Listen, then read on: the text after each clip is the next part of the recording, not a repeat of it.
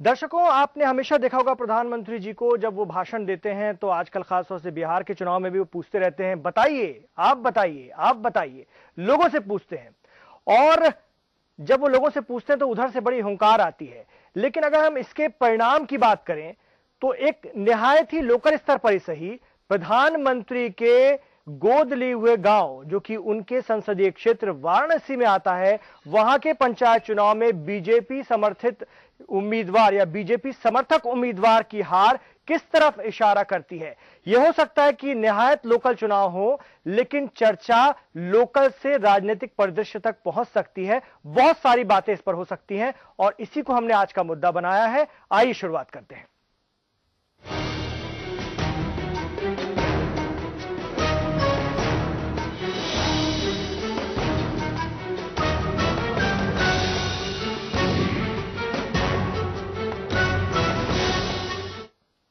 यूं तो पूरे उत्तर प्रदेश में पंचायत चुनाव के नतीजे आ चुके हैं। गांव वालों ने सियासी दलों को आईना दिखा दिया है, लेकिन वाराणसी में पंचायत चुनाव के नतीजे बड़े अहम हो जाते हैं। इसमें बीजेपी को भारी नुकसान होना और भी अहम हो जाता है। लेकिन अब तक घोषित 48 में से सिर्फ 8 ही प्रत्याशियों को जीत हासिल हुई है। वहां बीजेपी नेता इसे लोकल चुनाव बताकर हार की जिम्मेदारी से पल्ला झाड़ रहे हैं। वो झाड़ेंगे, वो सबसे अच्छा बहाना भी होता है। लेकिन बीजेपी की हार, वो भी प्रधानमंत्री मोदी के संसदीय इलाके में, यह सवाल खड़े करने वाली है। और हार मोदी जी के जयपुर में हुई है, जो उनका अपना गोद लिया हुआ गांव है।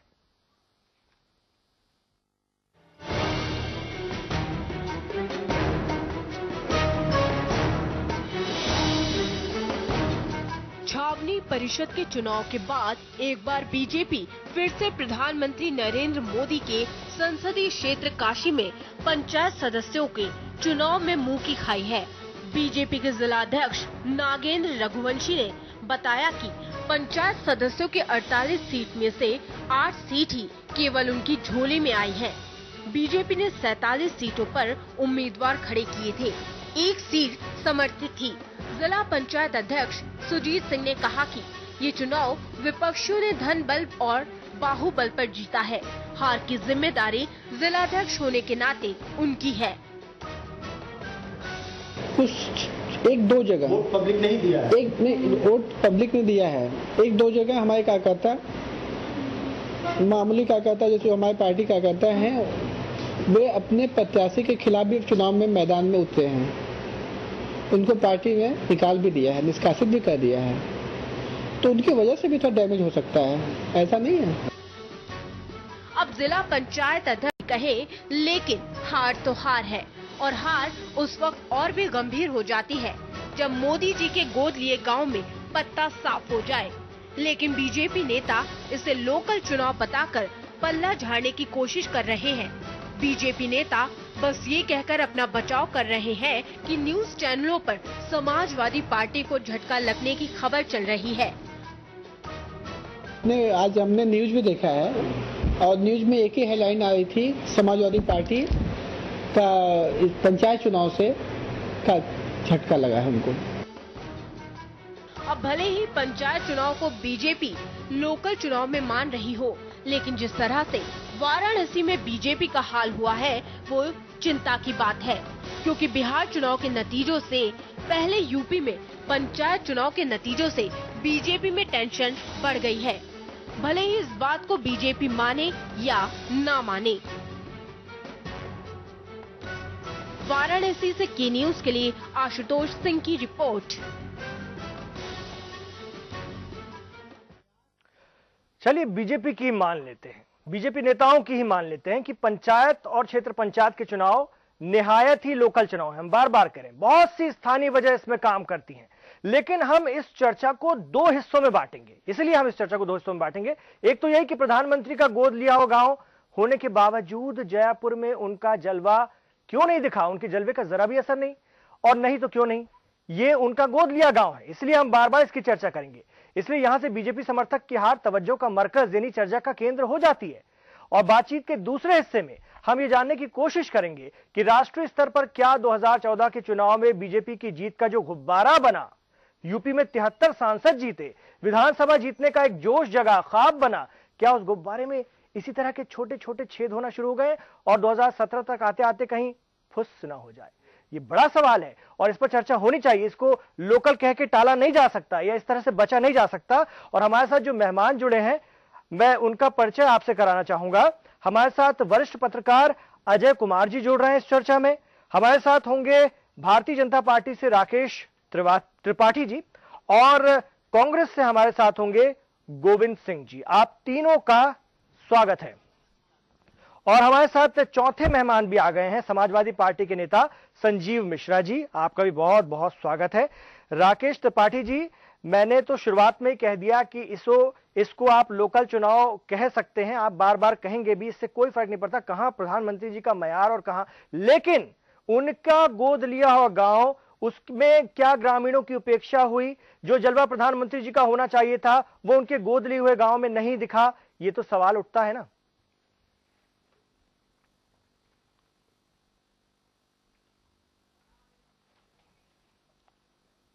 आप इस पंचायत चुनाव के परिणामों की व्याख्या कर रहे हैं, निश्चित तौर पर उस तरह से हम इसको नहीं देखते हैं जी। ये पहला अवसर था भारतीय राजनीति में, उत्तर प्रदेश की राजनीति में जी, जब पंचायत चुनाव को उत्तर प्रदेश में भारतीय जनता पार्टी ने गंभीरता से लड़ने का मन बनाया। ठीक, मुझे लगता है आज जो परिणाम आए हैं उस परिणामों के ने हमें बहुत सारी चीजों की समीक्षा करने का अवसर मिलेगा। हम समीक्षा करेंगे कि कहां क्या क्या चीजें रही, किन चीजों से हमको सबक लेने की आवश्यकता है, किन चीजों में और सुधार करने की आवश्यकता है। लेकिन हम आज कम से कम प्राइमा फेसाई इस बात पर इतनी टिप्पणी जरूर कर सकते हैं कि भारतीय जनता पार्टी ने जिला पंचायत के चुनाव, बीडीसी के चुनाव लड़ने का पहली बार साहस दिखाया। राजनीतिक दल सामान्य तौर पर इस तरह के चुनावों की उपेक्षा करते हैं, उनसे बचने का प्रयास करते हैं, लेकिन भारतीय जनता पार्टी ने इस बार जिम्मेदारी ली कि हम गांव की जो पंचायत है, जो गांव की सरकार है, उस सरकार में भी भारतीय जनता दलगत राजनीति को लेकर के जाएंगे और दलीय राजनीति के आधार पर, विचारधारा के आधार पर, मूल्यों के आधार पर, मुद्दों के आधार पर राजनीति करेंगे। और ये साहस बीजेपी ने करके दिखाया है। मुझे लगता है परिणाम अभी सारे जब आ जाएंगे उसके बाद हम इसकी समीक्षा करेंगे कि भारतीय जनता पार्टी कितने स्थानों पर किन किन परिस्थितियों में जीती है और किन परिस्थितियों में कहां पर हमारे द्वारा समर्थित प्रत्याशी हारे हैं, इसकी हम विस्तृत समीक्षा करेंगे। बिल्कुल, लेकिन जो जिस उम्मीद के साथ हमारा प्रयोग था और इस पहले प्रयोग में हमने जो भी परिणाम पाया है वो सब हमारे लिए पॉजिटिव है। ठीक है, आपके लिए पॉजिटिव हो सकता है, आपके लिए पॉजिटिव हो सकता है, लेकिन जो दिख रहा है, जो आईना दिख रहा है जनता की तरफ से, जो दिखाया गया आईना है, वो इतना साफ नहीं है भारतीय जनता पार्टी के लिए। लेकिन हम इस चर्चा को जारी रखेंगे, हम इस चर्चा से बिल्कुल पीछे नहीं हटेंगे कि प्रधानमंत्री के गांव जयपुर में, उनके गोद लिए हुए गांव, उनके संसदीय क्षेत्र वाराणसी, जो कि पूरी तरह से केंद्र होता है चर्चा का, नजर होती है, वहां पर भारतीय जनता पार्टी समर्थित प्रत्याशी जीतता है, माफ कीजिएगा, हारता है और बुरी तरह हारता है। हम गोविंद सिंह हैं, कांग्रेस के नेता हैं, और संजीव मिश्रा जी भी जुड़ गए, समाजवादी पार्टी के नेता। गोविंद सिंह जी से हम बात कर लेते हैं सबसे पहले कि यूपी की पॉलिटिक्स तो देखिए ऐसी है कि अगर हम तो ग्रामीण स्तर की बात करेंगे क्योंकि अभी मसला भी वही है कि अगर ग्रामीण स्तर पर हम बात करें तो मोदी का ठीक है गोद लिया गांव, लेकिन मोदी अलग, बाकी चीजें अलग, जाति राजनीति अपनी अलग, गांव की अपनी राजनीति अलग। तो क्या यह हुआ है कि अपनी गांव की जो राजनीति होती है, जो जाति समीकरण होते हैं, उसका नुकसान हुआ है, या इसमें मोदी जी को हम न चाहते हुए, बीजेपी वालों के न चाहते हुए भी हमें डालना पड़ेगा उनकी पॉलिसी, और कहीं ना कहीं उनका गोद लिया हुआ गांव होने की वजह से इसका नुकसान दिखता है राष्ट्रीय परिदृश्य में?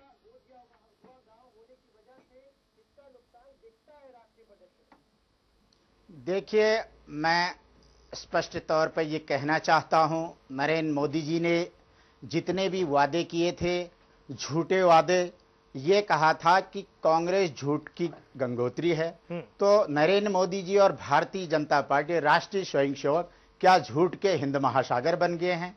ये जो झूठ का परिणाम है, पूरे देश के अंदर 17 महीने से आपकी सरकार चल रही है, एक भी वादा आपने पूरा नहीं किया। 15 लाख के लिए लोग इंतजार कर रहे हैं। गांव में मैं प्रचार में गया था, लोग कह रहे थे 15 लाख रुपए नहीं आए।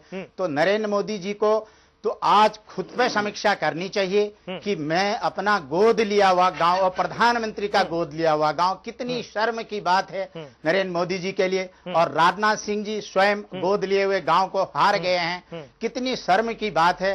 और नरेंद्र मोदी जी और राजनाथ सिंह जी ने आज स्पष्ट कहा है कि हम बिहार का चुनाव हार गए हैं और चुनाव हारने के बाद भी जो है अमित शाह जी जो है अध्यक्ष बने रहेंगे। तो सरेंडर कर दिया है भारतीय जनता पार्टी ने। मैं दावे के साथ कहता हूं भारतीय जनता पार्टी की उल्टी गिनती शुरू हो गई है।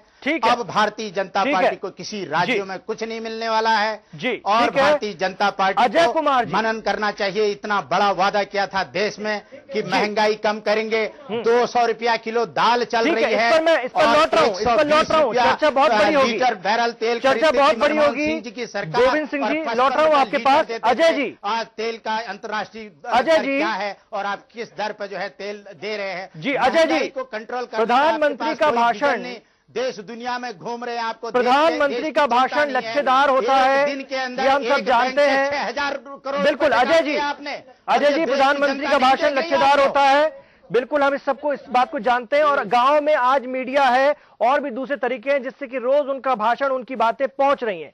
तो गांव से ये संदेश अगर आ रहा है तो चिंता की बात नहीं है भारतीय जनता पार्टी के लिए और प्रधानमंत्री की साख के लिए। लेकिन इसको कोई किसी भी तरह से नकारे कि बड़ा छोटा मामला है, तो लोकल का मामला है, इसमें कहां आप प्रधानमंत्री, लेकिन है तो उनका गोद लिया हुआ गांव। इस चर्चा से तो हम बच नहीं सकते। क्या कहेंगे आप? बिल्कुल सही है। देखिए, अगर हम ये गलतफहमी पालें कि हम लोकसभा में जीत गए तो छोटे मोटे सारे चुनाव हम जीत लें। देखिए, चुनाव गांव के और देश की राजनीति के चुनाव बिल्कुल अलग अलग हैं जी। गांव में आज भी लोग विकास के लिए तरस रहे हैं। मोदी जी ने गांव जयपुर लिया, राजनाथ जी ने लखनऊ में लिया। मैं एक चीज जानना चाहता हूं, कुछ भी है, कि कितनी बार उस क्षेत्र में राजनाथ सिंह जी गए।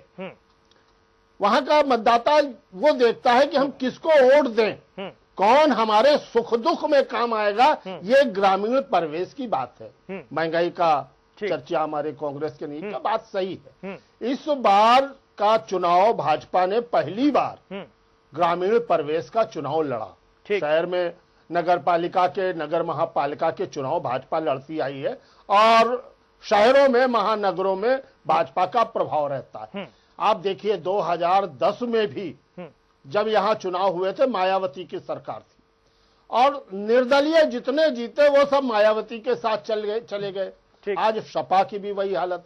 सपा के जितने दबंग थे, जिनके बारे में था कि इनसे हमें खतरा है, वो सब हारे। चाहे वो तोताराम जी, मैं केवल एक भाजपा की बात नहीं कर रहा हूं, कांग्रेस का तो खैर वहां पर कुछ है ही नहीं। लेकिन समाजवादी पार्टी के भी ऐसे विवादित लोग चुनाव हारे हैं। गांव के लोग अब समझने लगे। बिल्कुल, वो ये देखते हैं कि हमें कहां पर नलकूप लगवाना है, कहां पर विकास कराना है और उसके लिए क्षेत्र का जो प्रतिष्ठित व्यक्ति है, जो सम्मानित व्यक्ति है, जो उसमें जातीय आधार भी हो सकते हैं, तमाम चीजें हैं। बिल्कुल, मैंने उसकी चर्चा किया। वो ज्यादातर प्रत्याशी, समर्थित प्रत्याशी हम कह सकते हैं, समर्थित प्रत्याशी, ज्यादातर प्रत्याशी पराजित हुए हैं क्योंकि उन्होंने ये देखा कि मोदी जी के जो भाषण हैं, चाहे बिहार में है, मुझे कभी कभी एक बात का दुख हुआ कि मोदी जी इतने अच्छे भाषण करता होते हुए भी छोटी छोटी बातों पर वो उतर आए बिहार के चुनाव में। हाँ, ये लाइन जो बीजेपी ने ली है बिहार में, इस पर भी चर्चा करना बहुत जरूरी है। नीचे की बात, इस पर भी चर्चा करना बहुत जरूरी है। मैं लौट रहा हूँ इस पर आपके पास। हमारे साथ समाजवादी पार्टी के संजीव मिश्रा भी हैं। संजीव जी, पंचायत चुनाव के जो नतीजे आए हैं उसमें हमें भारतीय जनता पार्टी और समाजवादी पार्टी दोनों के लिए एंटी इनकम्बेंसी दिखी है। आप दोनों को कहीं ना कहीं औंधे मुंह गिरना पड़ा है। अब बीजेपी के लिए हम उसको देख सकते हैं, केंद्र की एंटी इनकम्बेंसी, मोदी जी के खुद के गोद लिए हुए गांव में बीजेपी समर्थक हार गए। इसी तरह से समाजवादी पार्टी को भी बहुत फायदा नहीं हुआ है। तो किस तरह से आप देखते हैं इसको?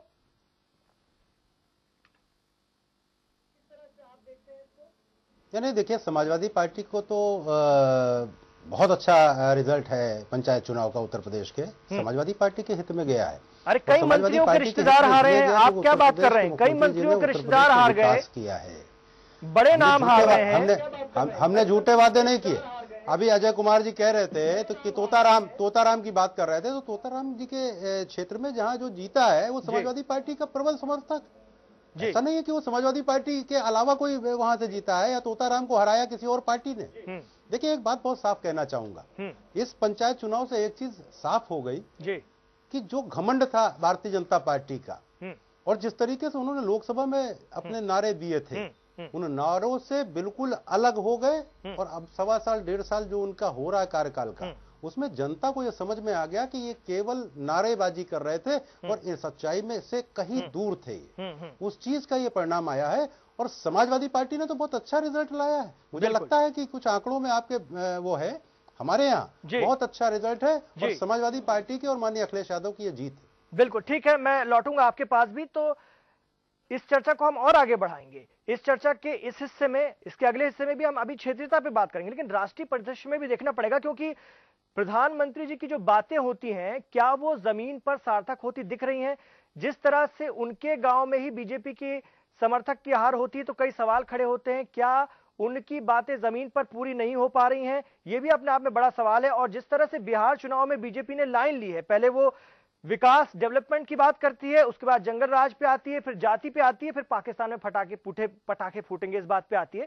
तो एक तरह से आपकी लाइन किस तरह से बदलती है ये भी लोग देखते हैं। और ये मत भूलिए कि शहर में ही देखते हैं, गांव में भी देखते हैं, और बड़े जागरूक हैं यूपी के मतदाता गांव में भी। तो कहीं ना कहीं ये सब बातें समझ में आती हैं और इसको लेकर के फिर लोग अपनी राय भी जताते रहते हैं वक्त वक्त पर। इस पर हम बात करते हैं। काशी का मोदी को करारा जवाब। जी हां, ये शीर्षक है हमारे आज के इस प्रोग्राम का और ये अपने आप में चर्चा का विषय है और बड़ी चर्चा का विषय है। भारतीय जनता पार्टी इसे शुरू से लोकल बता रही है, इसका कोई असर नहीं देखती, लेकिन कहीं ना कहीं उनके मन में भी ये बात होगी, क्योंकि 2014 से जो जीत का गुब्बारा हम फिर कहेंगे कि बीजेपी का है, जो जोश बना है, उसमें बारीक पंक्चर भी अगर होता है तो वो आगे चल करके इसी तरह से बड़े नुकसान खड़े कर सकता है। हमारे साथ में भारतीय जनता पार्टी के राकेश त्रिपाठी जी भी हैं, वो मान नहीं रहे थे इस बात को। छोटी छोटी बातें हैं राकेश जी, दाल के दाम बढ़े हुए हैं, दाल की महंगाई बढ़ी हुई है, महंगी दाल शहरों में मिल रही है, लेकिन गांव में किसान को उसका कोई फायदा थोड़ी ना हो रहा है। अगर शहर में महंगी दाल हो गई है तो किसान तो गांव में माला माल हो जाना चाहिए था। तो ये तमाम बातें हैं जो कि सेंट्रल की पॉलिसी को दिखाती हैं और लोग उसको देख करके वोट करते हैं। क्या मानेंगे आप?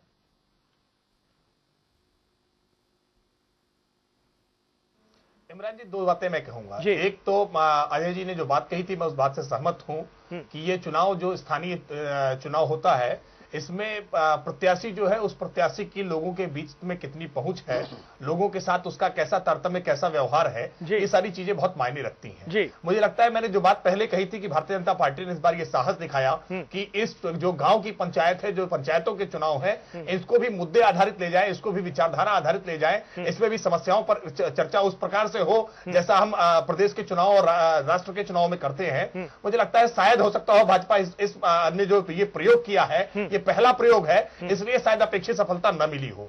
लेकिन मैं आज एक जो आप बार बार इसको एक पैरामीटर नाप रहे हैं कि जयापुर गांव में भाजपा के प्रत्याशी की हार हुई है, एक बात तो बहुत क्लियर है, पहली बात तो कि ये भाजपा के सिंबल पर चुनाव नहीं है, इसलिए मतदाताओं को यह समझा पाना शायद मुझे लगता है बहुत मुश्किल था, बहुत कठिन था कि यही भाजपा के प्रत्याशी है, क्योंकि भाजपा का मतदाता जो मतदाता है वो कमल के फूल को पहचानता है। शायद प्रत्याशी को हम क्या बात कर रहे हैं आप, क्या बात कर रहे हैं आप? प्रधानमंत्री का गोद लिया हुआ गांव है, प्रधानमंत्री का गोद लिया हुआ गांव है, उनका संसदीय क्षेत्र है, जो इतने जागरूक वहां के लोग होंगे, इतना विकास वहां पर पहुंच रहा होगा जैसे कि दावे किए जाते हैं, और वो इतना भी नहीं समझ पाएंगे कि कौन किस पार्टी का समर्थित है। कांग्रेस से गोविंद सिंह जी है। गोविंद सिंह जी, मानेंगे आप इस बात को?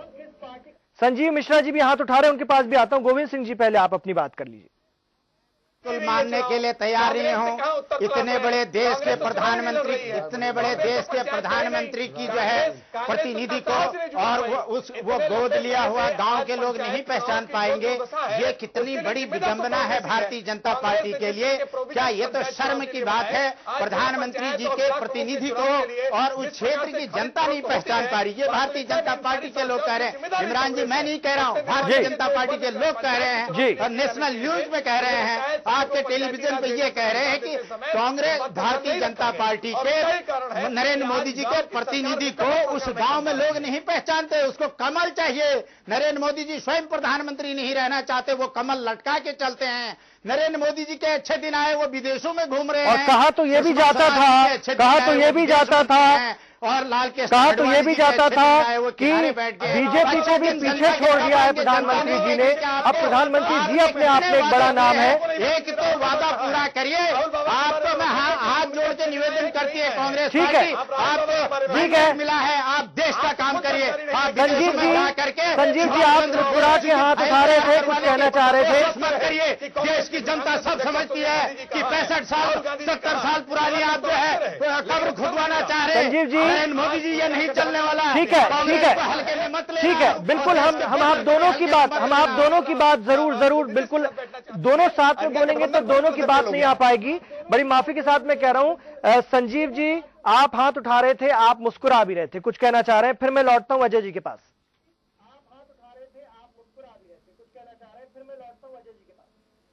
देखिए, प्रधानमंत्री जी के क्षेत्र की तो बात आप कर ही रहे हैं, साथ में अमेठी की भी बात करिए तो ज्यादा अच्छा रहे, क्योंकि अमेठी में भी वही स्थितियां हैं जो प्रधानमंत्री जी के क्षेत्र में है। देखिए, कई बातें आई। आपने जब शुरुआत की, मैनपुरी में हम बहुत बढ़िया जीते हैं। तोताराम की जगह पे जो जीता है वो भी हमारा ही प्रत्याशी। इस पर बात होनी चाहिए। आप सही बात नहीं रही। समर्थन जारी देखिए इमरान जी उनको मानेंगे नेता या अब इमरान जी अगर हमारी पार्टी का नेता। मैं इनके बीच में नहीं बोल रहा था, इसलिए प्रयास इनसे कहिए। ठीक है, आप बोलिए संजीव जी, आप बोलिए संजीव जी, लेकिन आप मैनपुरी की बात से आप भी भटक नहीं सकते। छोटे पंचर को आप उत्तर प्रदेश के पंचायत चुनाव से ले रहे थे। हाँ जी, इनको बड़ा पंचर देखना चाहिए था। ये गलतफहमी तो इनकी तभी दूर हो जानी चाहिए थी जब दिल्ली में चुनाव हुआ था और वहां कमल के ऊपर आपने चुनाव लड़ा था। हाँ। कोई गलतफहमी आपकी तो नहीं रह गई कि आपने कमल पे नहीं लड़ा और वो मालूम नहीं था, और पहली बार हमने लड़ा और प्रत्याशी हमारा नहीं था और लोग जान नहीं पाए, और मोदी जी के क्षेत्र में भी लोग नहीं जान पाए कि भाजपा का कौन कैंडिडेट था। लेकिन दिल्ली में तो आपको मालूम था कि कौन कैंडिडेट था। भारतीय जनता पार्टी के चुनाव चिन्ह पे आप वहां लड़े थे, केवल 3 सीटें आई थी, तभी आपको अलर्ट हो जाना चाहिए था कि गलत हिंदुस्तान में बहुत ज्यादा दिन नहीं चले। बिल्कुल, और मैनपुरी में तोताराम की करारी शिकस्त होती है, उनका वीडियो भी जारी हो जाता है, तो आप लोग अलर्ट हो गए हैं। बिहार में मिलने आप लोग अलर्ट हो गए हैं संजीव जी। पंचायत चुनाव में आपको मिल चुके हैं, और उत्तर प्रदेश की विधानसभा में भी हम 2017 में देंगे बहुत बेहतरीन तरीके से। नहीं संजीव जी, आप लोग भी अलर्ट हो गए हैं। जिस तरह से मैनपुरी में वीडियो आया तोताराम जी का, वो अपनी जमानत भी नहीं बचा पाए, आप लोग अलर्ट हुए हैं। कोई आधार नहीं है, बिहार चुनाव में खाता नहीं खुलने वाला। तोताराम जी के क्षेत्र में जो जीता है वो भी समाजवादी पार्टी कैंडिडेट है, वो भाजपा का नहीं है, लेकिन वो कांग्रेस का। लेकिन मैयार तो उनका बड़ा था, वो हमने दिल्ली में देखा था, दर्जा प्राप्त, दिल्ली में देखा था, 3 सीटें जीते खा लिया। कितनी सीटें दिल्ली में लाए? आपकी क्या स्थिति थी? अरे प्रधानमंत्री जी का कितना आधा मंडल था, किस तरीके से आप कह रहे थे। ठीक है, ठीक है, साफ सी बात है। एक चीज इमरान भाई, देखिए इस तरीके से अगर आप बहस करें तो मतलब ठीक है, दोनों की बातें सुनी जाएगी, पता चल जाएगा। बिल्कुल दोनों की बातें। अरे छोड़िए इन बातों में क्या रखा है, क्या कह रहे हैं आप और क्या स्थितियां हैं वहाँ की, आपको पता चल जाएगा। जरा बिहार का रिजल्ट आने दीजिए। ठीक है, मैं लौट रहा हूँ अजय जी के पास। आप दोनों को, पार्टी के लोग तो मैं समझता हूँ बहुत गलतफहमी में, क्योंकि भारतीय जनता पार्टी की अब सरकारें मुझे नहीं लगती, अब वहां पर भी बिल्कुल मोनोपोली चल रही है। प्रधानमंत्री मोदी जी और इनके राष्ट्रीय अध्यक्ष अमित शाह क्या कहते हैं क्या नहीं कहते, इसका कोई पैमाना नहीं रह गया। इन्होंने जब लोकसभा का चुनाव शुरू किया तो इन्होंने कहा कि भाई हमको भी मौका दिया जाए, और हम 60 साल उन्होंने शासन किया है, हमको भी मौका दे दिया जाए। उसके बाद इन्होंने कहा हमको 60 महीने का मौका दे दिया जाए। अब तो इनके राष्ट्रीय अध्यक्ष कह रहे हैं 25 साल तक सारे चुनाव जिताओ, मतलब बिल्कुल ठेका ले लिया, हद हो गई बिल्कुल। ठीक है संजीव जी, बिल्कुल 3 चीजों पे आपने लोकसभा का चुनाव लड़ा, एक महंगाई पे, एक भ्रष्टाचार पे, एक महंगाई और एक भ्रष्टाचार, एक काला धन। बिल्कुल इस पर बहस होनी चाहिए, हम बहस करेंगे। अजय जी भी मेरे साथ हैं, वरिष्ठ पत्रकार हैं। अजय जी इस तरीके की संजीव जी चीज आज तक आपने मैं लौट रहा हूँ आपके पास, भारतीय जनता पार्टी केंद्र सरकार ने 1.25 साल में कौन से ऐसी चीज थी जिसके दाम कम कर दिए। ठीक है, इस पर हम बात कर रहे हैं। संजीव जी, माफ कीजिएगा अजय जी, छोटी छोटी योजना जो गांव पर सीधा असर डालती है केंद्र सरकार की और बीजेपी की और प्रधानमंत्री की जो शुरुआत हुई थी उसको, जैसे अब जनधन योजना की बात कर लें, 5,000 रुपए का ओवरड्राफ्ट मिलेगा, दुनिया भर की अब कंडीशन लगा दी गई। मुद्रा योजना छोटे व्यापारियों के लिए फायदेमंद थी, लेकिन उसका बहुत ज्यादा फायदा नहीं मिल पा रहा। तो ये छोटी छोटी जो दिक्कतें योजनाओं में हो रही हैं, उनका सीधा लाभ नहीं मिल पा रहा है। वहीं से अब उसी वजह से गांव से अब जवाब मिलना शुरू हो गया है, उत्तर प्रदेश से जवाब मिलना शुरू हो गया है, और प्रधानमंत्री के गोद लिए हुए गांव से जवाब मिलना शुरू हो गया। या प्रधानमंत्री का गोद लिया हुआ नहीं भी होता तो कहीं ना कहीं लोगों को अगर फायदा सीधा नहीं होगा तो जागरूक मतदाता वोट तो उसके खिलाफ करेगा ना, इसको तो माना जाएगा।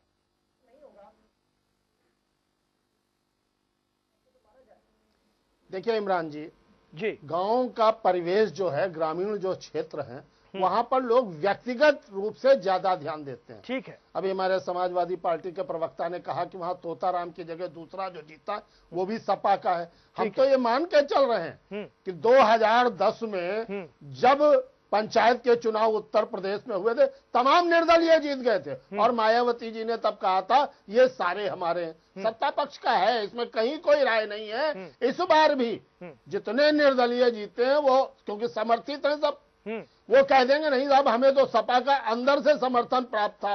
उसमें एक चीज और वो कह देंगे साहब वहां का जो जिला अध्यक्ष था उसने हमें समर्थन किया था। जो हार गया है उसके लिए कहेंगे जिला महामंत्री ने समर्थन किया था, ये हार गया। हमारी बात वो नहीं, बात एक ये है कि जो विकास के वादे लोकसभा चुनाव में किए गए थे, जो भी घोषणाएं की गई थी, वो गांव के स्तर पर अभी तक नहीं पहुंची, और उसको वहां के चाहे स्थानीय सांसद हो या भाजपा के विधायक हो, उन्होंने उसको क्षेत्र में पहुंचाने की कोशिश नहीं की। मैं एक प्रश्न उठाता हूं जी।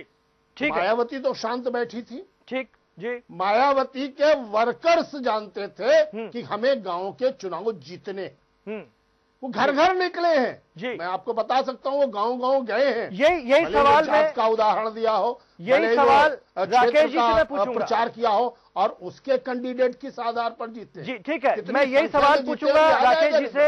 राकेश जी से मैं यही सवाल पूछूंगा, गांव स्तर पर उन्होंने काम बिल्कुल किया। राकेश जी से मैं यही सवाल पूछता हूं कि कार्डर बेस्ड पार्टी होने का दावा भारतीय जनता पार्टी करती है, तो उसका कार्डर कहां दिखा? बीएसपी का कार्डर है, समाजवादी पार्टी का है, क्या अभी भी जो है लहर पर सवार है बीजेपी? और अगर नहीं है तो आप 2014 के लिए और जिस जीते हैं वो आप कार्डर के बेस पे जीते हैं, अगर या लहर पे जीते हैं तो 17 में कार्डर होना बहुत जरूरी है। क्या गांव के लेवल पर आपका कार्डर उतना मजबूत नहीं है? इस पर मैं आपके पास लौट रहा हूं। राकेश त्रिपाठी जी, बात कर रहे हैं पंचायत चुनाव के नतीजों की, और हम बात कर रहे हैं प्रधानमंत्री के गोद लिए हुए उस गांव जयपुर की जो उनके संसदीय क्षेत्र वाराणसी का है। वहां से बीजेपी समर्थित उम्मीदवार रिंकू सिंह हार जाते हैं। यह अपने आप में एक बड़ा सवाल है और बड़ा आश्चर्य में डालने वाला है। राकेश त्रिपाठी जी कह रहे थे कि हम देख रहे थे बीजेपी इस बार पंचायत चुनाव में भाग लेकर देख रही थी कि क्या माहौल है, और इससे हमने बहुत अनुभव भी लिया है। राकेश जी, गांव में अगर कार्डर मजबूत होगा तभी विधानसभा जीती जा सकती है, तो आप अच्छी तरह से जानते होंगे। आप लोग अनुभव ले रहे थे और यह अनुभव आपको जो हुआ है, प्रधानमंत्री के गांव से, गोद लिए हुए गांव से भाजपा समर्थक हार जाता है, तो कहीं ना कहीं आपका कार्डर कमजोर है अभी भी गांव में। अब ये मत कहिएगा कि हमारे मतदाता सिर्फ सिंबल को ही जानते हैं, ये दलील हजम नहीं होती।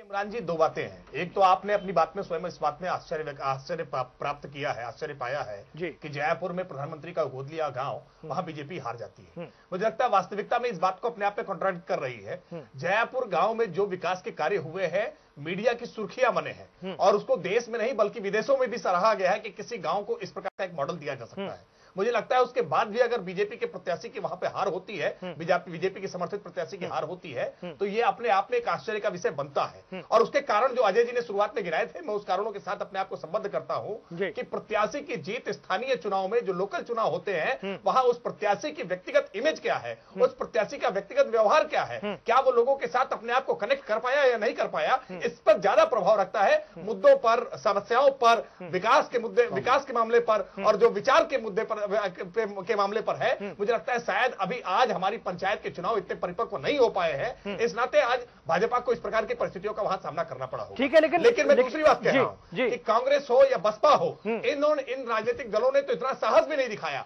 कि वो इन पंचायत के चुनाव में सीधी शिरकत कर सके। और समाजवादी पार्टी हमेशा से, चाहे कोऑपरेटिव के चुनाव हो चाहे पंचायत के चुनाव हो, वो हमेशा से शिरकत करती रही है। लेकिन उसने हमेशा अपना एक ट्रेंड बना के रखा कि जीता हुआ जो भी व्यक्ति होगा वो हमारा होगा, जो हार गया वो हमारा नहीं है। और इसी बात को संजीव मिश्रा जी भी कह रहे थे कि जो हार गया है वो भी हमारा है और जो जीत गया है वो भी हमारा है। देखिए ये परिभाषा नहीं चलेगी। भारतीय जनता पार्टी कम से कम साहस के साथ ये स्वीकार कर रही है कि हमने जिनको समर्थन दिया था ऐसे 8 प्रत्याशी हमारे जीते हैं और जो हारे हैं उनमें से कितने हमारे हमसे जुड़े हुए हैं इसका भी हम आकलन करेंगे। ठीक है, इस बात को साफगोई से स्वीकार करने में मुझे कोई गुरेज नहीं है। अच्छी बात है कि भारतीय जनता पार्टी ने यह पहला प्रयोग किया था और भारतीय जनता का कैडर, भारतीय जनता पार्टी का कैडर अभी इस बात के लिए शायद तैयार मनस्थिति से नहीं था कि पंचायत के चुनाव में सीधे पार्टी जिम्मेदारी पर सीधी भागीदारी करेगी। लेकिन ये तो चिंता की बात है ना कि प्रधानमंत्री के गोद लिए हुए गांव में भारतीय जनता पार्टी का कैडर अगर फेल हो रहा है तो फिर 2017 में विधानसभा चुनाव में बीजेपी का भगवान ही मालिक है। हमारे साथ गोविंद सिंह है, कांग्रेस के नेता हैं,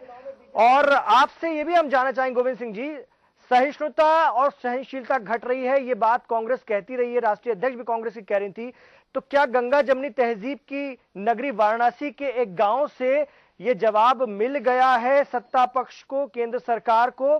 क्योंकि जिस तरह की लाइन बीजेपी लेकर चल रही है और आप लोग जो आरोप लगा रहे हैं बीजेपी की लाइन को लेकर के, वो कहीं ना कहीं जवाब है लोगों का, गांव से ही सही ये जवाब मिला है। आप इसको इस तरह से देखते हैं क्या?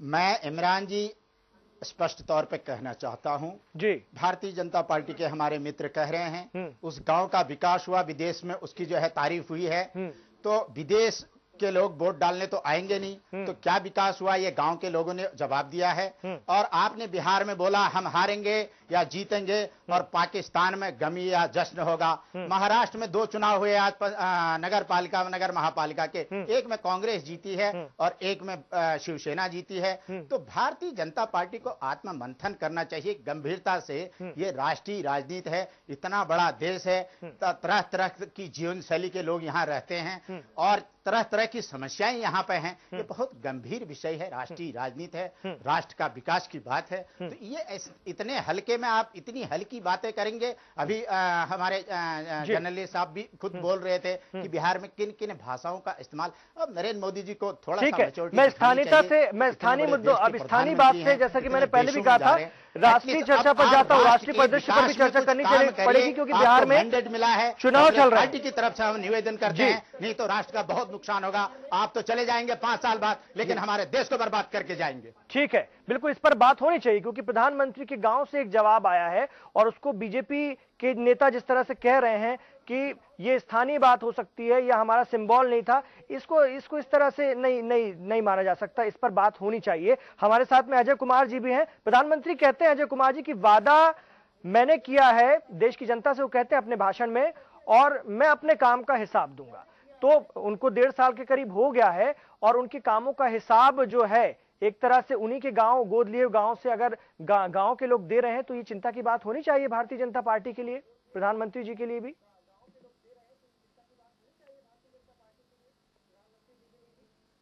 देखिए इमरान जी, आप केवल जयापुर की बात कर रहे हैं। देखिए मैंने फिर कहा है कि लोकल समस्याएं ज्यादा हैं। अभी कुछ दिनों बाद जो है वो प्रधान के चुनाव होंगे, ग्राम प्रधानों के, और वो ऐसी विकट परिस्थितियों में होते हैं कि पड़ोसी को वोट नहीं देता। वहां कहता अच्छा इसने नल जो है हैंडपंप यहाँ के बजाय नहीं, वो मैं आपकी बात बिल्कुल समझ गया। मुद्दे वहां होते हैं। ठीक है, ये होता है कि हमारी मेड़ से इसने मेड़ लगवा दी थी और ये चुनाव ऐसे ही लड़े जाते हैं जी। लेकिन जो प्रधान जीत जाता है, क्या वो पहले के जमाने छोड़ दीजिए 20 साल पहले कि प्रधानों को सेट कर लो हम विधानसभा का चुनाव जीत लेंगे। आज प्रधान को लाख सेट करें, लेकिन वहां की गांव की जनता विधानसभा में किसको वोट देगी वो अलग की बात है। वहां विकास का मुद्दा देखेंगे। आज प्रधान के चुनाव में कोई ये नहीं देखेगा कि लखनऊ में मेट्रो चल रही है, यमुना एक्सप्रेस वे बन रही है, उसका कोई प्रभाव वहां गांव में प्रधान के चुनाव में नहीं मिलेगा। ठीक है, वहां ये देखेगा कौन मेड़ बनवाता है, कौन हैंडपंप लगवाता है, कौन हमारे सुख दुख मौत और विवाह में शामिल होता है। वहां इस तरह के मुद्दे देखे जाते हैं। यही सभासदी के चुनाव में होता है। ये बात आप बिल्कुल सही कह रहे हैं, इसमें कोई भी गलत बात नहीं है। भाषण करते बहुत अच्छा, और जयापुर में हार गए तो उनकी प्रतिष्ठा चली गई। मैं इससे नहीं, ये बात कह भी नहीं रहे हम। प्रधानमंत्री की प्रतिष्ठा एक गांव के चुनाव बीजेपी समर्थक के हारने से नहीं जाती है, ये बात हम कह भी नहीं रहे। लेकिन जी, लेकिन सवाल तो उठता है ना कि प्रधानमंत्री का गोद लिया हुआ गांव है, वहां से भारतीय जनता पार्टी का समर्थक हार जाता है, वो निहायत स्थानीय मुद्दों पर चुनाव लड़े जा रहे हो। डिस्कशन का कि उन्होंने बिहार में क्या बोला। जी,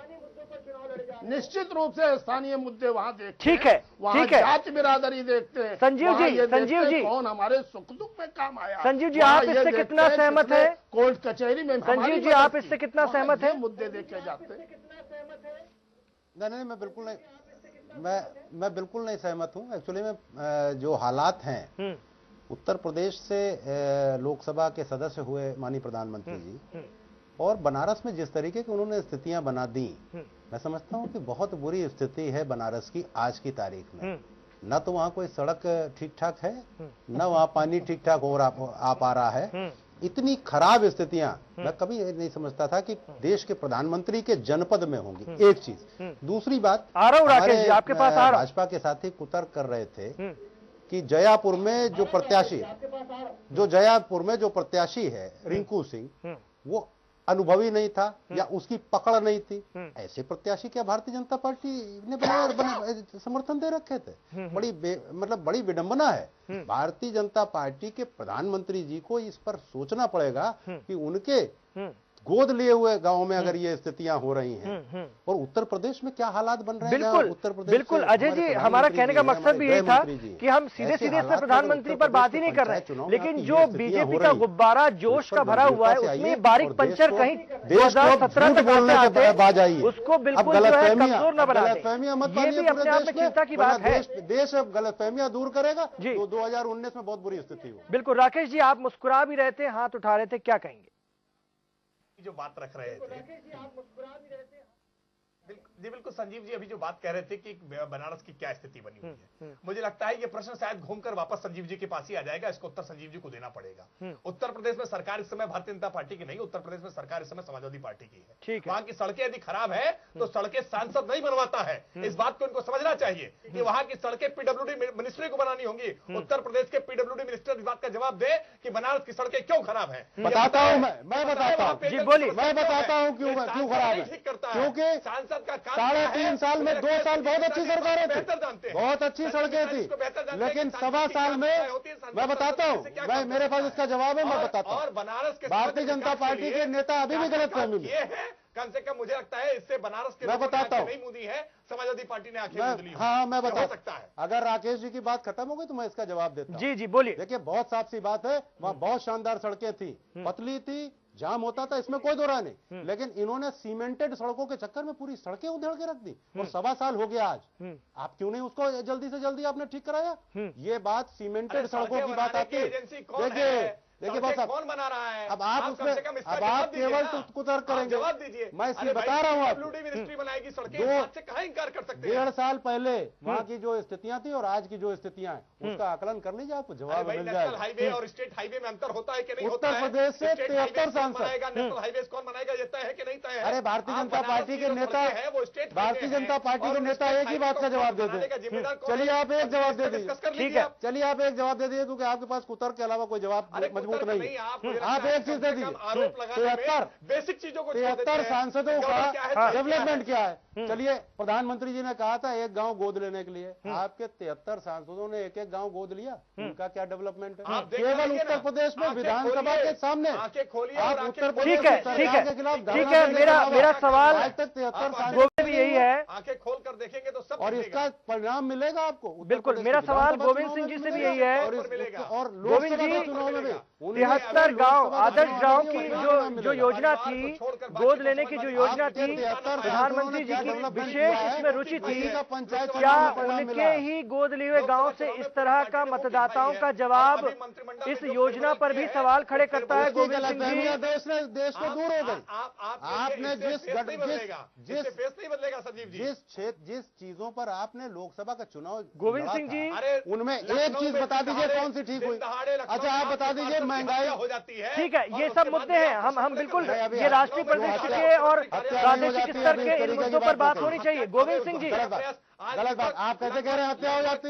आप गलत बात कह रहे हैं। राकेश जी, क्या बात कर रहे हैं? संजीव जी, राकेश जी, संजीव जी, रोकना चाहूंगा, यहाँ रोकना चाहूंगा, बातें हो नहीं पाएंगी। गलत बात ही कह रहे हैं। ठीक है, यहाँ एक ब्रेक ले लेते हैं, सबसे अच्छा तरीका ये होता है, यहाँ एक ब्रेक ले लेते हैं। आप चारों के पास में लौट रहा हूँ। बहस बहुत अच्छी हो रही है, बहस होना चाहिए, लोकतंत्र में बहस बहुत जरूरी है, लेकिन बहस ऐसी हो कि आवाज या बात सुनने वाले तक पहुंचे ताकि वो समझ सके। हमने अपने प्रोग्राम का शीर्षक रखा है, एक बार हम आपको फिर बता दें, कि काशी से मोदी को करारा जवाब।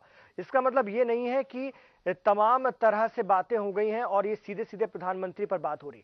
बात ये हो रही कि प्रधानमंत्री से के गोद लिए हुए गांव से अगर ये संदेश जाता है कि वहां पर भारतीय जनता पार्टी का समर्थक हार गया है, तो अपने आप में एक बड़ी बात हो जाती है। और कहीं ना कहीं उत्तर प्रदेश में भारतीय जनता पार्टी जो अपनी कोशिश कर रही है उसको पलीता लगता हुआ दिखता है, क्योंकि प्रधानमंत्री के गोद लिए गांव, उनके संसदीय क्षेत्र से ये संदेश जा रहा है। हमारे साथ अजय कुमार है, वरिष्ठ पत्रकार हैं। अजय जी, ये जो आदर्श गांव की योजना थी, प्रधानमंत्री जी की बड़ी अच्छी योजना थी, वो खुद इसमें रुचि ले रहे थे और आदर्श गांव की स्थिति पर भी बात हो रही थी। उत्तर प्रदेश में 73 सांसदों ने आदर्श गांव गोद लेकर रखे हुए बीजेपी के। इस योजना पर भी अगर वहां पर विकास की वो धारा नहीं पहुंच पा रही जो 1.5 साल में पहुंच जानी चाहिए थे, तो उस पर भी सवाल खड़े होते हैं कि नहीं?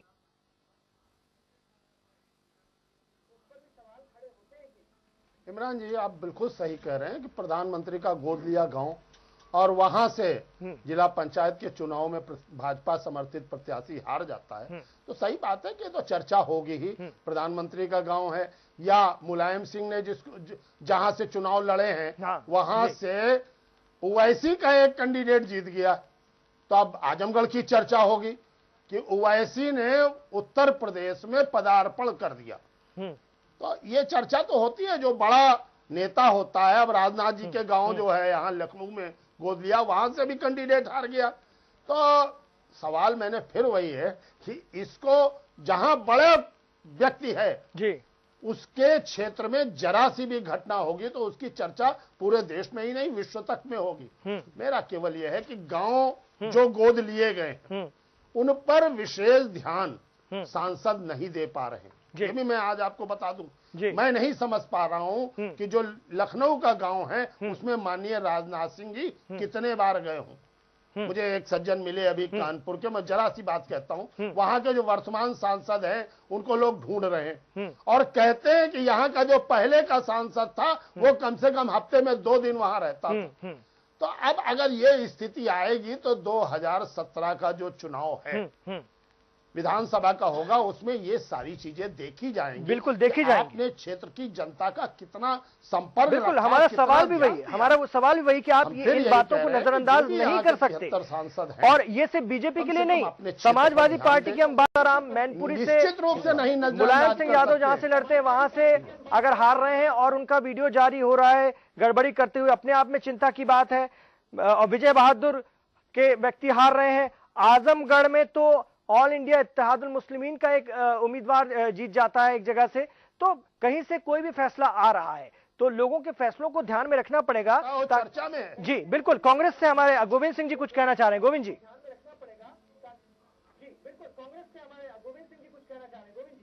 इमरान जी, मैं ये कहना चाहता हूं, भारतीय राजनीति में भारतीय जनता पार्टी क्या आगे करना चाह रही आपको स्पष्ट दिख रहा है। उत्तर प्रदेश में मुलायम सिंह और भारतीय जनता पार्टी वोटों का ध्रुवीकरण करेंगे और उसके बाद यदि ध्रुवीकरण में मुलायम सिंह कमजोर पड़ गए तो ओबीसी को तैयार कर रही है। इनका पायलट प्रोजेक्ट है ये। इनकी करनी कथनी देख लीजिए, कितने दूर की ये राजनीति करते हैं और किस प्रकार की इनकी राजनीति है, किस प्रकार की इनकी मानसिकता है। ये देश का क्या विकास करेंगे इतना झूठ बोल बोल करके।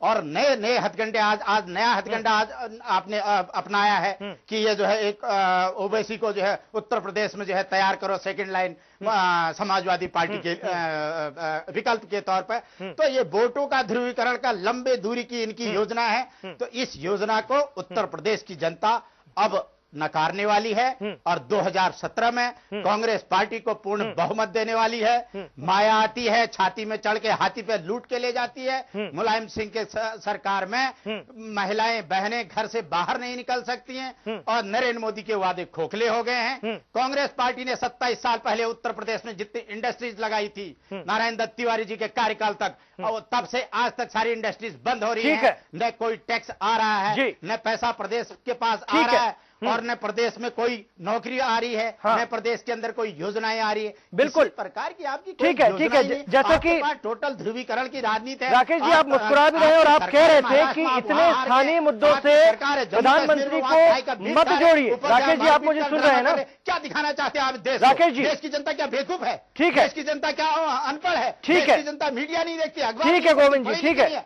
ठीक है। नौकरियां कम होंगी, लोगों को अर्निंग कम होगी। जी राकेश जी, दिमाग सबके पास है। 2 रोटी मोदी जी आप भी खाते हैं, 2 रोटी राकेश जी, 2 रोटी वो किसान भी खाता है। ठीक है, इसका जवाब मिला है। बिल्कुल बिल्कुल। राकेश जी आप कह रहे थे कि इतने छोटे चुनाव से और इतने स्थानीय स्तर की बात से प्रधानमंत्री पर सीधे सवाल करना ठीक नहीं है। लेकिन अगर हम बिहार में देखें, मैं राष्ट्रीय स्तर पर जा रहा हूं, ठीक है, बिहार में देखें तो प्रधानमंत्री खुद स्थानीय मुद्दों पर, स्थानीय बातों पर, और उनकी जो भाषण का स्तर है वो बहुत स्थानीय होता जा रहा है। उसको देखकर क्या कहेंगे? जब प्रधानमंत्री खुद स्थानीयता पे आ रहे हैं, आप कह रहे हैं कि स्थानीय मुद्दों से प्रधानमंत्री को मत जोड़िए, तो ये अपने आप में कुछ बात जमती नहीं है।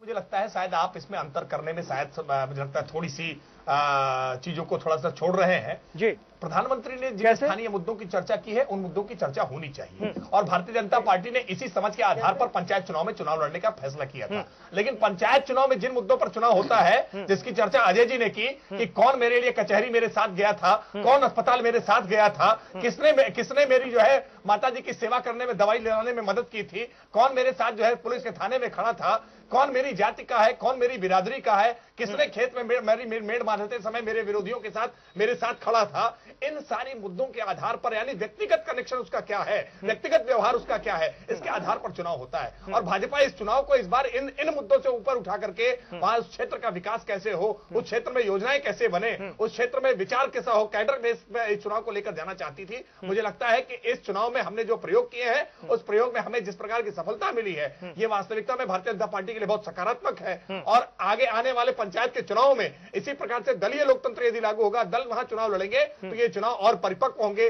और इन चुनावों के और परिणाम ज्यादा सार्थक होंगे। इसी का ये जो प्रयोग भाजपा ने किया है, आज भाजपा इस प्रयोग से वास्तविकता में अपने बहुत उत्साहित है, और आगे आने वाले पंचायत के चुनावों में और अच्छा परिणाम, इससे अच्छा परिणाम मिलेगा हमें। बिल्कुल अजय जी, आप बड़ी गंभीरता से सुन रहे थे तीनों हमारे मेहमानों को, आपकी प्रतिक्रिया?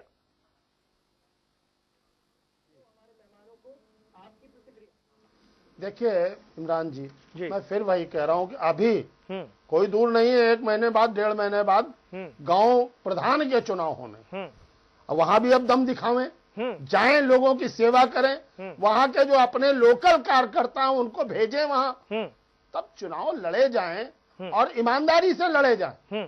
देखिए वहां बहुत संघर्ष वाले गांव प्रधान के चुनाव होते हैं, प्रधानी में जिस तरह से खून खराबी होती है, इस तरीके से लोकल मुद्दे उठाए जाते हैं, वहां देखना होगा।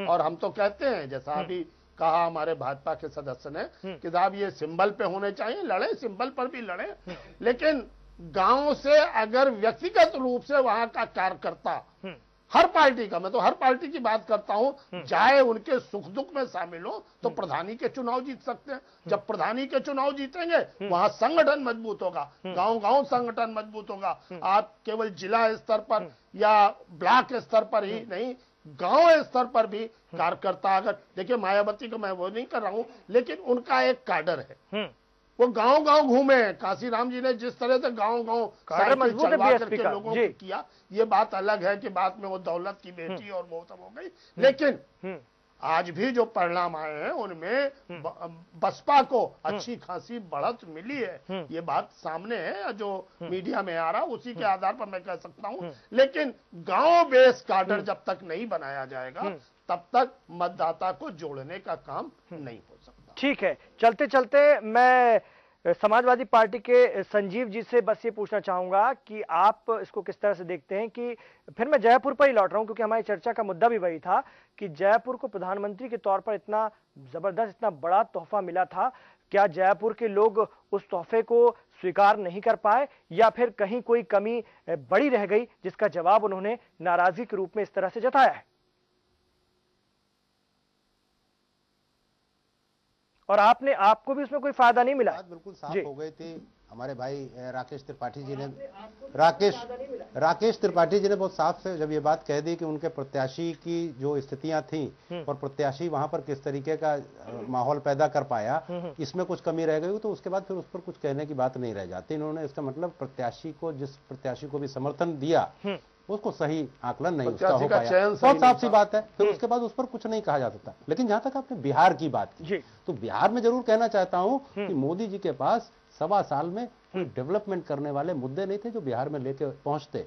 और मोदी जी ने जिस तरीके से वहां पर लालू जी की बेटी के लिए कहा कि वो सेट कर दिया और सेट उन्होंने कर दिया, ये सब चीजें राजनीति में बड़ा ओछापन लगा। इसमें कोई नहीं, मैं अभी खुद भी था बिहार में, 7-8 दिन में बिहार में रहा, लेकिन मैंने देखा बिल्कुल 8 तारीख को ये साफ भी हो जाएगा, 8 तारीख को ये साफ भी हो जाएगा कि ये तमाम बातों का असर बिहार में क्या हुआ।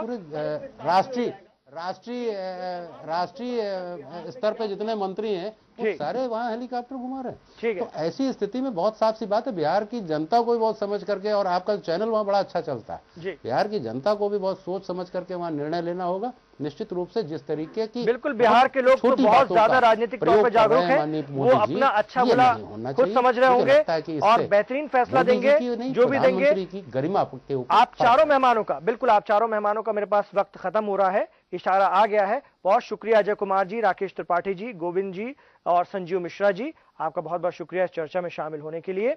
और हमारी कोशिश भी यही थी कि जो मैसेज जा रहा है उस मैसेज को लेकर सियासी पार्टी कितनी गंभीर है, खासतौर से भारतीय जनता पार्टी के लिए जो कि बिहार में भी दमखम से चुनाव लड़ रही है। प्रधानमंत्री खुद इसमें लगातार प्रचार कर रहे हैं और एक बड़ा साख का सवाल बन गया है। लेकिन अगर जयपुर से ये संदेश किसी भी तौर पर जा रहा है तो कहीं बीजेपी के लिए चिंता की बात तो नहीं है। हालांकि बीजेपी इसे माने या ना माने, लेकिन ये चिंता की बात कहीं ना कहीं उसके लिए हो सकती है। अब चाहे प्रत्याशी गलत रहा हो या जो भी बातें हों, वो उस पर हमने काफी हद तक चर्चा की है और भी चर्चा इस पर हो सकती है। तो बहुत शुक्रिया हमारे दर्शकों का भी हमारे साथ इस प्रोग्राम में जुड़े, आपने हमारा प्रोग्राम देखा। फिलहाल हमारी पूरी टीम को इजाजत दीजिए, नमस्कार।